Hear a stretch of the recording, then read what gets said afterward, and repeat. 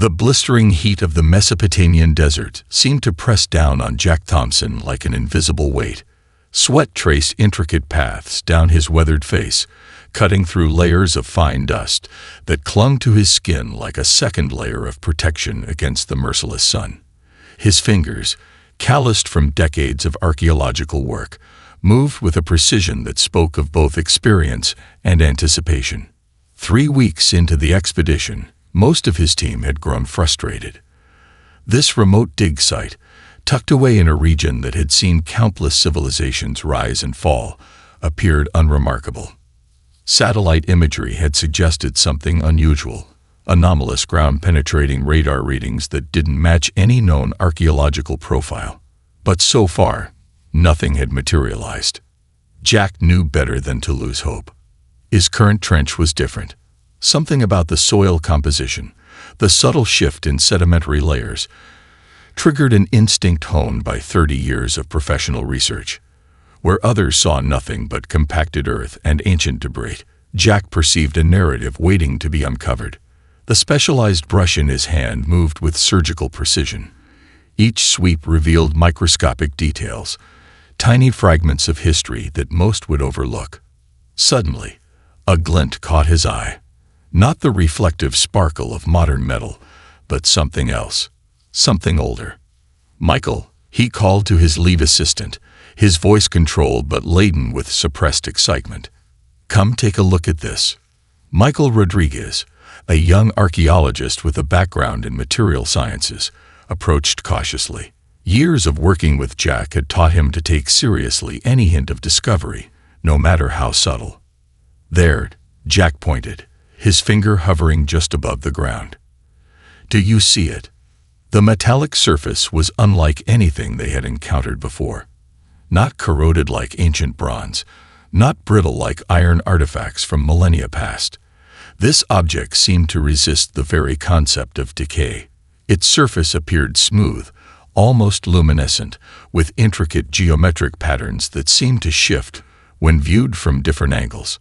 As Jack carefully excavated around the object, the surrounding soil seemed to resist his efforts. It was as if the earth itself was protecting whatever lay beneath. Specialized ground-penetrating equipment had failed to reveal the object's full dimensions, which only heightened the mystery. "We need a containment team," Michael muttered, already reaching for his satellite communication device. "This is beyond standard protocol." Jack's mind raced with possibilities. In his decades of research, he had explored archaeological sites across the globe, from the hidden temples of Cambodia to the buried cities of the Indus Valley. But this was different. This felt like something more than a mere artifact. It felt like a message. The cylindrical object began to emit a soft, almost imperceptible vibration. Microscopic sensors on Jack's protective gear detected energy signatures that defied current scientific understanding. Quantum fluctuations that didn't match any known radiation or electromagnetic spectrum. "Shut down all electronic equipment," Jack commanded, his voice cutting through the ambient desert sounds. "Now." Michael hesitated for a split second before initiating the emergency protocol. Computers powered down, communication devices went silent. Only the wind and the distant call of a desert hawk broke the sudden stillness. The cylinder pulsed, not with light, precisely, but with something more fundamental. A wave of energy that seemed to ripple through the very fabric of reality. Jack felt the hair on his arms stand on end, a primordial response to something beyond comprehension. Fragments of genetic sequences began to appear, first on the surface of the cylinder, then projected holographically around the excavation site. Complex molecular structures that seemed to dance and reconfigure themselves, telling a story older than human civilization. This was no ordinary archaeological discovery. This was a key, a connection to something vast and incomprehensible. Jack Thompson, a man who had dedicated his life to uncovering humanity's hidden histories, realized in that moment that everything was about to change. The underground research facility hummed with an electric intensity that matched Emma Rodriguez's racing thoughts. Located 300 feet beneath the Silicon Valley Research Complex, The laboratory was a marvel of modern scientific engineering, a place where the impossible was merely a problem waiting to be solved. Her team had been working nonstop since the encrypted transmission arrived from Jack Thompson's archaeological site. The genetic sequences and energy signatures defied every known scientific paradigm. Holographic displays covered nearly every surface, each one showing a different aspect of the mysterious artifact's complex data. "This can't be real," muttered Dr. Marcus Wells, Emma's lead quantum physicist, his fingers dancing across multiple holographic interfaces. "The molecular structure is impossible." Emma knew impossible was just a word used by people who hadn't yet understood the rules. She had built her career on pushing scientific boundaries, on finding solutions where others saw only dead ends. The satellite transmission had come through encrypted channels typically reserved for top-secret military communications. But this was different. This was something beyond classified, something that could rewrite human understanding of genetics, quantum mechanics, and our very origins. A secure communication line blinked to life. General Catherine Henderson's face appeared, her expression a mixture of scientific curiosity and military tension. "Dr. Rodriguez," the general began, her voice crisp and controlled. "What can you tell me about the artifact?" Emma took a deep breath. Her explanation would challenge everything the general, everything anyone, understood about human history. "The genetic sequences we've recovered are not just information," she began. "They're a living technology. The molecular structure suggests deliberate manipulation at a quantum level. It's as if someone, or something, has been guiding human genetic development for thousands of years." The holographic displays shifted, showing complex DNA strands that seemed to move and reconfigure themselves. Genetic markers that normally remained static were dancing, transforming, revealing hidden patterns that no previous research had ever detected. Marcus leaned in, his excitement barely contained. "Look at these quantum entanglement markers.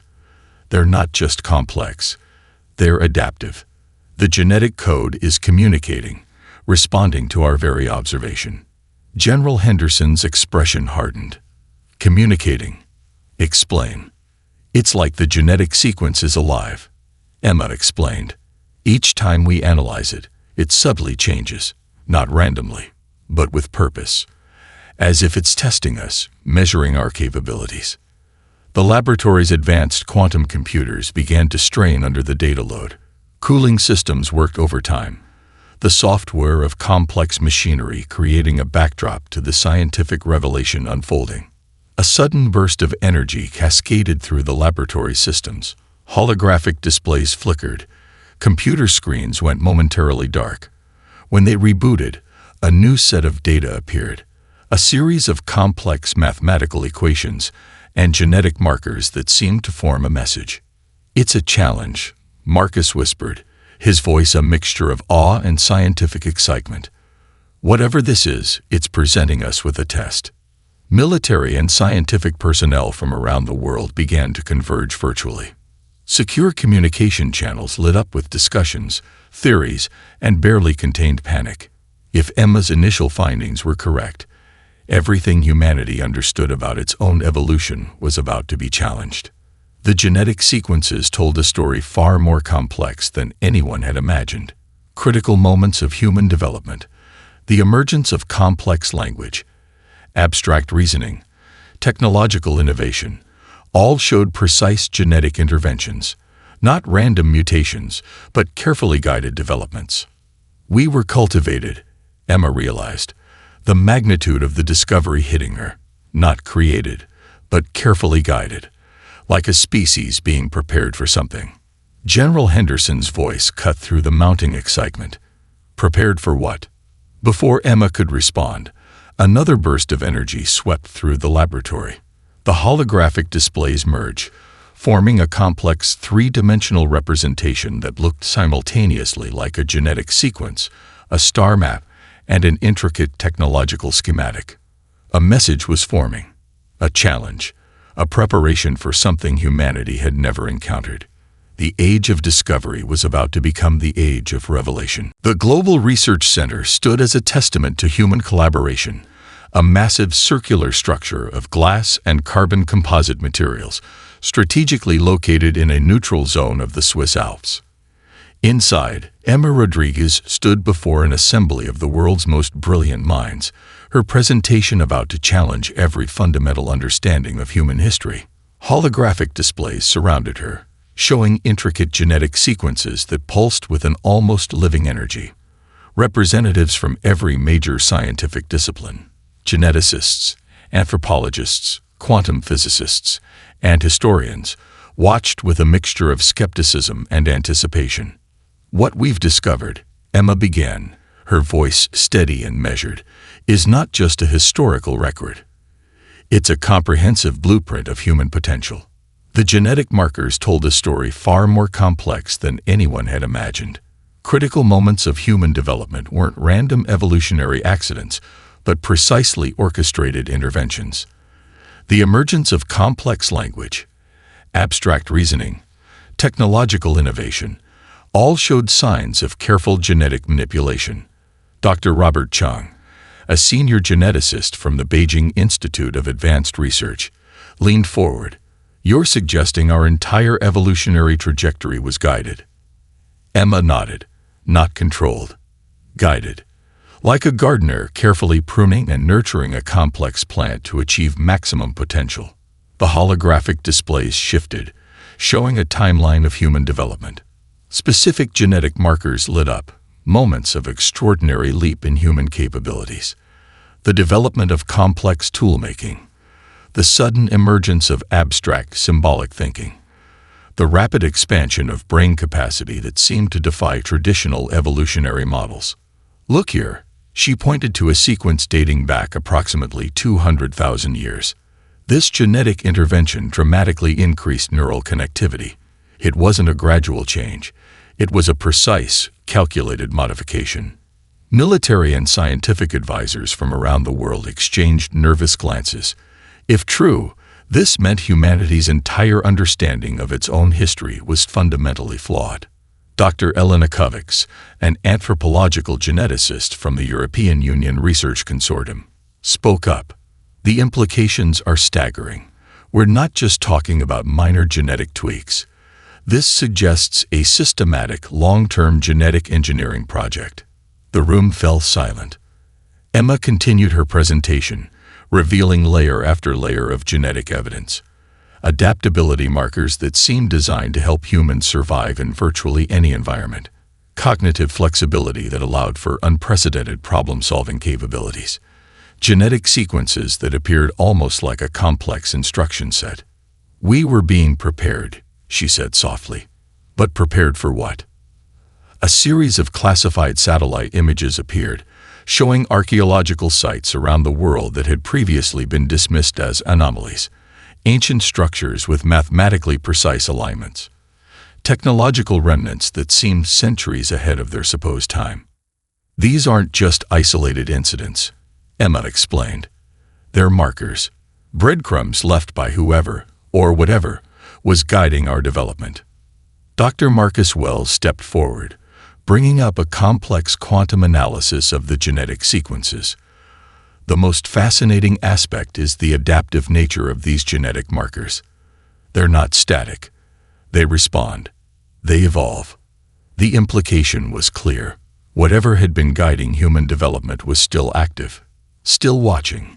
General Catherine Henderson, who had been silent until now, finally spoke. "Are you telling me that our entire species is some kind of experiment?" Emma chose her words carefully. "Not an experiment. A cultivation. We weren't being controlled. We were being prepared." Another holographic display activated, showing a complex three-dimensional representation that looked like a combination of a genetic sequence, a stellar map, and an intricate technological schematic. "Prepared for something," Marcus whispered. "That's bigger than we can currently comprehend." Outside the research center, storm clouds began to gather. The mountain peaks seemed to vibrate with an almost imperceptible energy. Something was changing. Something was coming. Humanity stood on the precipice of its greatest revelation. The story of our origins was about to be rewritten, and nothing would ever be the same again. The secure underground laboratory buzzed with an electric tension that defied the sterile white walls and precision-engineered environment. Emma Rodriguez stood before a massive containment chamber, her reflection fractured by layers of quantum-reinforced glass. Inside, the metallic cylinder retrieved from the Mesopotamian desert continued to pulse with an energy that challenged every known law of physics. "We've managed to extract the first set of technological schematics," Dr. Marcus Wells announced, his voice a mixture of scientific excitement and barely contained awe. Multiple holographic displays surrounded them, each showing complex diagrams that looked simultaneously organic and technological. General Catherine Henderson leaned forward, her military-trained mind struggling to comprehend what she was seeing. "Explain it to me like I'm a first-year cadet." Marcus smiled, a rare moment of levity breaking through his scientific intensity. "Imagine if Leonardo da Vinci's notebook was written in a language that could rebuild itself, adapt to the reader's understanding, and actively solve problems we didn't even know existed." The schematics were unlike anything in human technological archives. Energy systems that seemed to draw power directly from quantum fluctuations. Communication networks that didn't just transmit information, but could restructure themselves instantaneously across vast distances. Biological adaptation technologies that made current medical understanding look like primitive stone tools. "These aren't just blueprints," Emma interjected. "They're living technologies. Each time we analyze them, the schematics subtly change, revealing new layers of complexity." A series of molecular diagrams appeared, showing intricate structures that blurred the line between biological and technological systems. Nanotechnology that could potentially rebuild human cellular structures, repair genetic damage, and adapt to environmental challenges with unprecedented precision. "Look at this," Marcus pointed to a specific sequence. "This isn't just a technological design. It's a problem-solving algorithm that can learn and adapt in real time. It's like the technology is alive, thinking." General Henderson's expression hardened. "Thinking technologies. That sounds like a potential threat." Emma shook her head. "Not a threat. A tool. A carefully designed system meant to help us overcome limitations we haven't even recognized yet." The containment chamber began to vibrate subtly.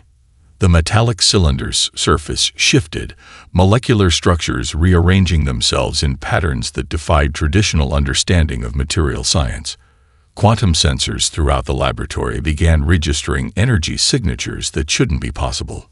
"It's responding to our observation," Marcus whispered. "The technology is actively engaging with us." A massive holographic display activated, showing a complex three-dimensional representation that looked like a hybrid between a technological schematic and a cosmic map. Lines of communication seemed to pulse between different points, suggesting a network far more complex than any human-designed system. "These communication networks," Emma explained, "they're not just about transmitting information. They're about understanding, adapting, growing." The military advisors in the room shifted uncomfortably.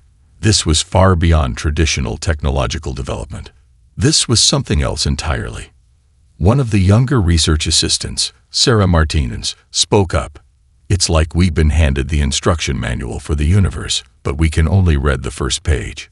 Suddenly, the holographic displays merged, forming a sequence that looked like a challenge, a test.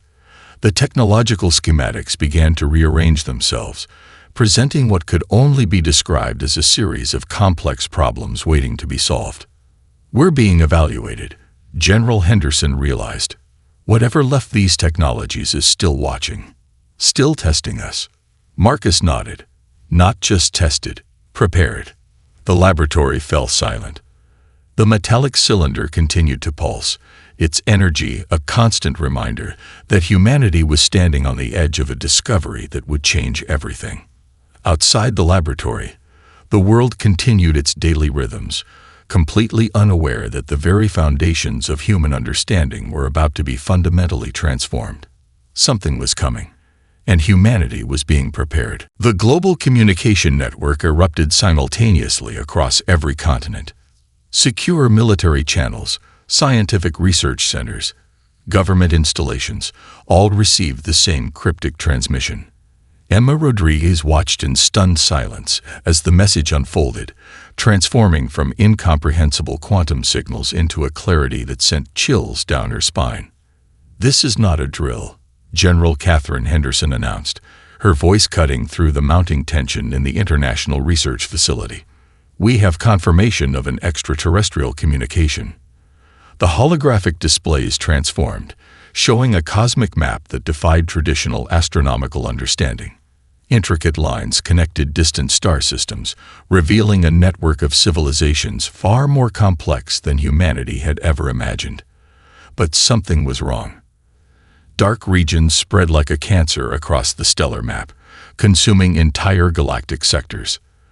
Dr. Marcus Wells stepped forward, his hands moving across the holographic interface. "It's not just a message," he said, his voice barely a whisper. "It's a warning." The transmission revealed a cosmic threat that defied conventional understanding. A quantum-based civilization, not organic, not purely technological, but something in between, was systematically consuming entire star systems. This entity didn't just destroy planets or civilizations. It reduced complex systems to their most basic atomic components, leaving nothing but quantum noise in its wake. How long? Jack Thompson, who had been brought in from the archaeological site, asked the question everyone was thinking. The holographic display calculated potential invasion timelines. Projections showed the threat expanding exponentially. Dozens of advanced civilizations had already fallen. Entire galactic regions had gone dark. Emma studied the data, her mind racing. The genetic markers they had discovered, the technological schematics, everything suddenly made sense. We weren't just being prepared, she realized. We were being weaponized. The military advisors from around the world began to mobilize. But this was beyond traditional warfare. The threat they faced operated on quantum levels that human technology could barely comprehend. Our entire genetic development, Marcus explained, pulling up complex diagrams, was a preparation for this moment. The adaptability, the problem-solving capabilities, the unique cognitive flexibility. It was all designed to counter this specific threat. Satellite networks around the world began to detect unusual quantum signatures. Strange energy readings appeared and disappeared, suggesting something was probing humanity's defenses. The metallic cylinder from the archaeological site began to pulse with increased intensity, as if responding to the cosmic challenge. Sarah Martinez, the young research assistant, noticed something crucial. "The communication patterns," she said, pointing to a series of complex quantum signatures. "They're not just a message. They're a test." General Henderson's expression hardened. "A test for what?"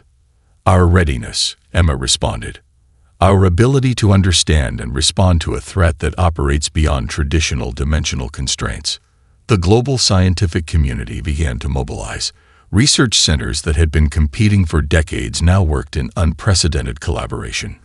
The technological schematics from the cylinder began to unlock, revealing advanced defensive technologies that seemed to adapt in real time.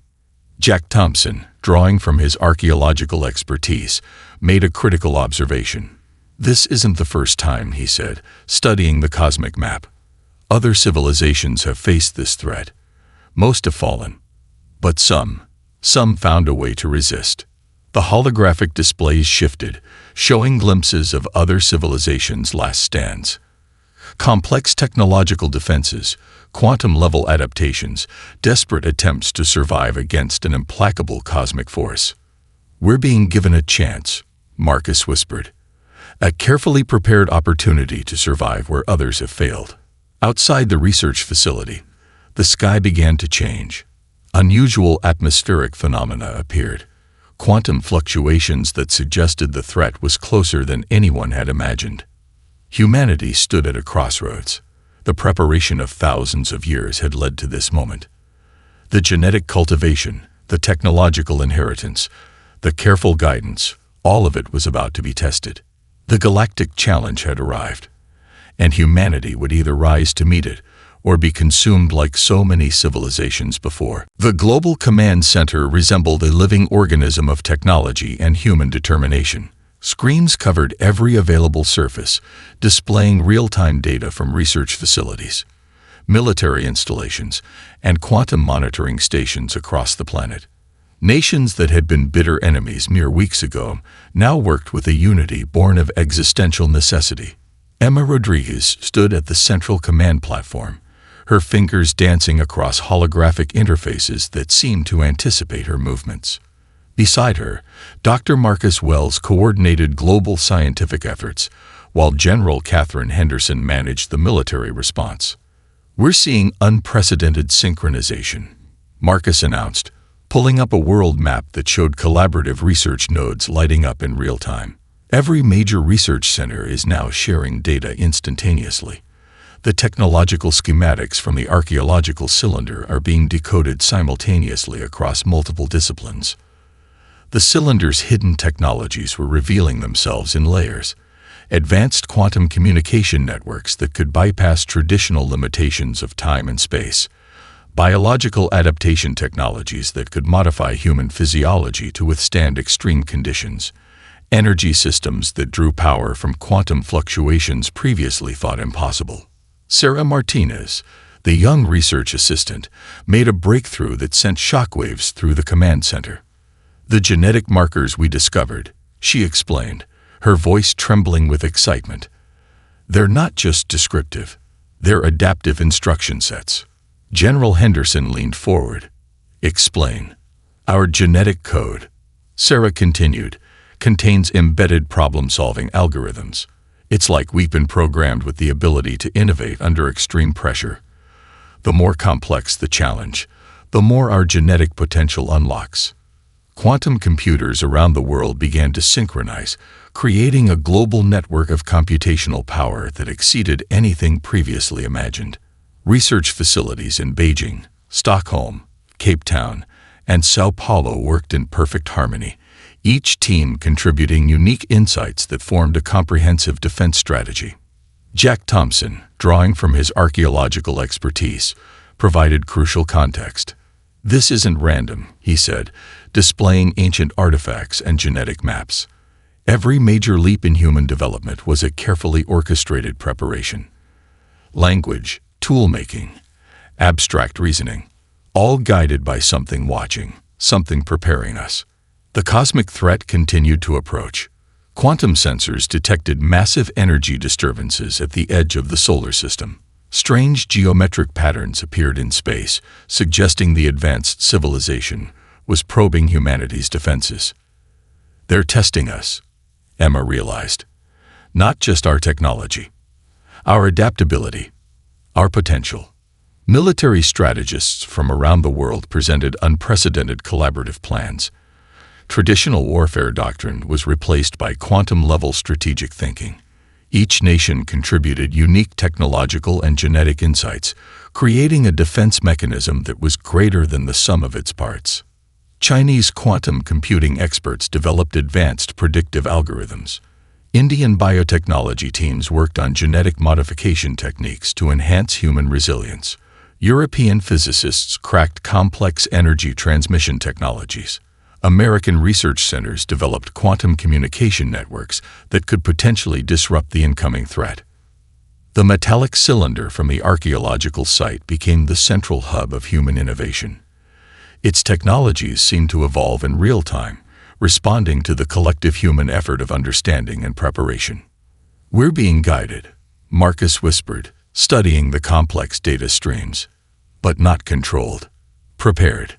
Orbital defense platforms began to take shape, incorporating technologies that merged biological and mechanical systems in ways never before imagined.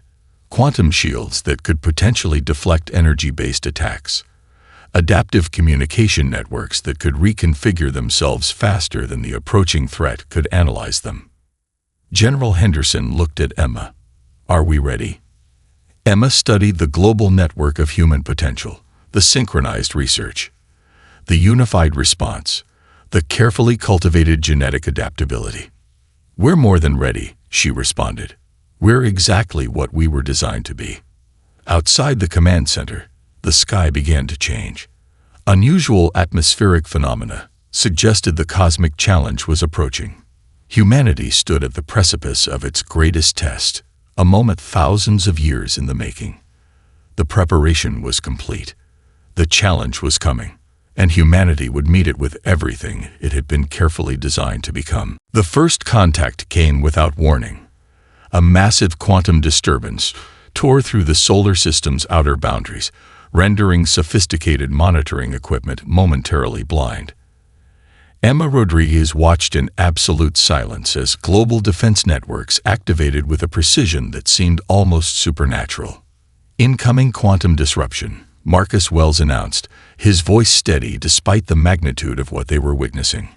Magnitude beyond previous computational models.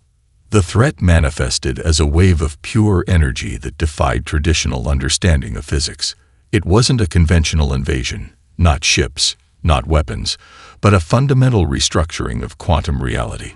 Entire regions of space began to collapse, reducing complex stellar systems to basic atomic components. General Catherine Henderson's voice cut through the mounting tension. "Defensive protocols are online. All global networks synchronized." What emerged was unlike any conflict in human history. The approaching quantum civilization didn't attack in traditional terms. It sought to deconstruct, to reduce complexity to its most basic form. But humanity had been prepared for precisely this moment.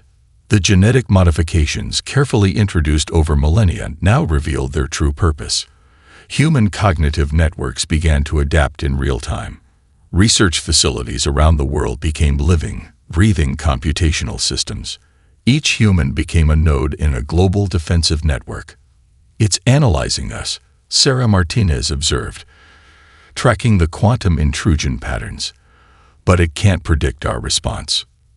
The metallic cylinder from the archaeological site began to pulse with an intensity that illuminated the entire research facility. Quantum communication networks that had been carefully developed now activated in a complex, adaptive dance. Each defensive strategy morphed instantaneously, creating patterns of resistance that the incoming threat could not comprehend. Jack Thompson's archaeological insights proved crucial. "This isn't just about technology," he explained. "It's about adaptability, about potential." The cosmic threat attempted multiple invasion vectors. Where traditional civilizations would have collapsed, humanity responded with unprecedented flexibility. Quantum shields reconfigured themselves. Communication networks became living, adaptive systems. Biological and technological defenses merged in ways that defied the invading civilization's computational models. "We're not fighting," Emma realized, watching the complex defensive patterns. "We're solving a problem." Each attempt by the quantum civilization to deconstruct human systems was met with a response that was simultaneously defensive and innovative. Research centers around the world worked in perfect synchronization, their collective intelligence functioning as a single massive computational entity. The battle played out across quantum levels invisible to traditional perception. Entire regions of space became a complex mathematical battlefield where human potential was the primary weapon. Chinese quantum computing experts developed predictive algorithms that anticipated the threat's movement patterns. European biotechnology teams modified genetic defensive mechanisms in real time. American research centers created communication networks that could reconstruct themselves faster than the invasion could analyze them. "They've encountered adaptive systems before," Marcus noted, studying the invasion patterns. "But never something like this. Humanity's unique potential, the careful genetic cultivation, the technological inheritance, the cognitive flexibility, became its ultimate defense. Where other civilizations had fallen, humans demonstrated an ability to adapt, to innovate, to transform." The metallic cylinder continued to pulse, seeming to guide the global defensive effort. Its technologies merged with human innovation, creating a defense mechanism that was simultaneously biological, technological, and something entirely new. General Henderson watched in awe as global defense networks responded with a unity that transcended national boundaries. "We're not just defending," she whispered. "We're evolving." Hours became days. The quantum invasion continued. Probing, testing, attempting to deconstruct. And each time, humanity responded with a flexibility that seemed to defy the fundamental laws of computational predictability. Sarah Martinez made a critical observation. "It's learning from us," she said, "but we're learning faster." The cosmic challenge had arrived. Humanity stood at the precipice of its greatest test, a moment thousands of years in the making. The preparation was complete. The genetic potential cultivated over millennia now revealed its true purpose. And in that moment, humanity did more than survive. It transformed. The silence was more profound than any sound Jack Thompson had ever experienced. After the cosmic conflict, reality itself seemed to have been recalibrated. The research facility stood as a testament to humanity's unprecedented journey, a moment of transformation that would forever mark the dividing line between what humanity was and what it had become. Emma Rodriguez sat quietly, her hands tracing the surface of the metallic cylinder that had started everything. The artifact no longer pulsed with energy. It was calm, as if its purpose had been fulfilled. "We were never just an experiment," she said softly to Marcus Wells, who stood nearby. "We were a solution." The global communication networks displayed the aftermath of the conflict. Where cosmic destruction had been expected, something entirely different had occurred. The quantum civilization that had threatened to deconstruct entire star systems had not been defeated, it had been transformed. General Catherine Henderson reviewed the final reports, her military training struggling to comprehend the unprecedented outcome. The invasion hadn't been stopped through conventional warfare or technological superiority. Humanity had done something far more complex. "We communicated," Sarah Martinez explained, her analysis revealing layers of complexity that challenged every previous understanding of first contact. Not with weapons, not with traditional communication. We solved a fundamental problem that the quantum civilization couldn't comprehend. The archaeological and genetic records now told a complete story. The careful genetic modifications, the technological inheritances, the cognitive adaptations, all of it had been a preparation for this moment.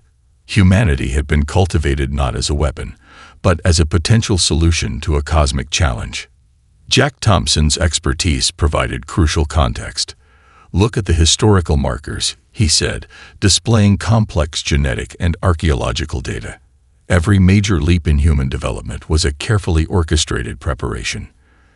Language, abstract reasoning, technological innovation, all guided by something watching, something understanding. The metallic cylinder began to project a final message, not in words, but in a complex quantum communication that integrated genetic information, technological schematics, and a profound understanding of potential. "We were never alone," Emma realized. "And we were never just observers." Global research centers began to analyze the transformed cosmic landscape. The quantum civilization that had threatened destruction now exhibited characteristics of adaptive learning.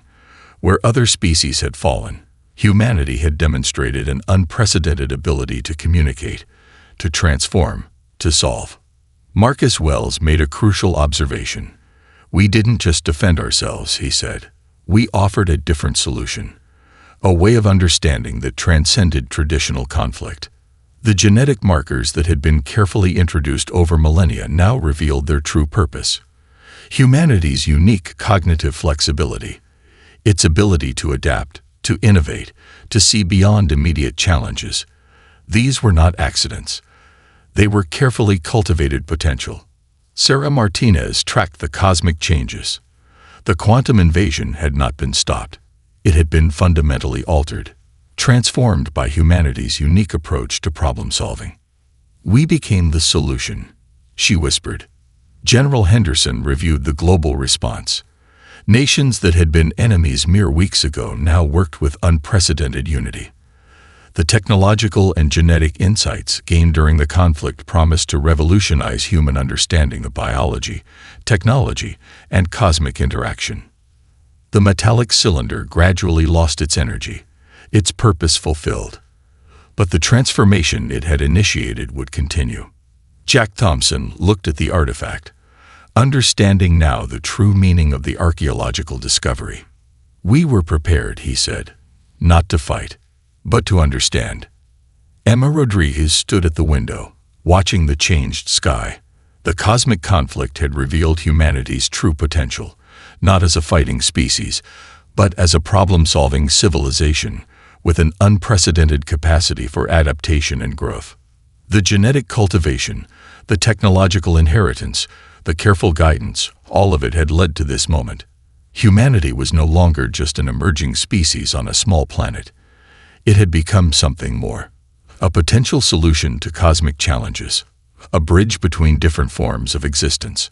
A legacy of light.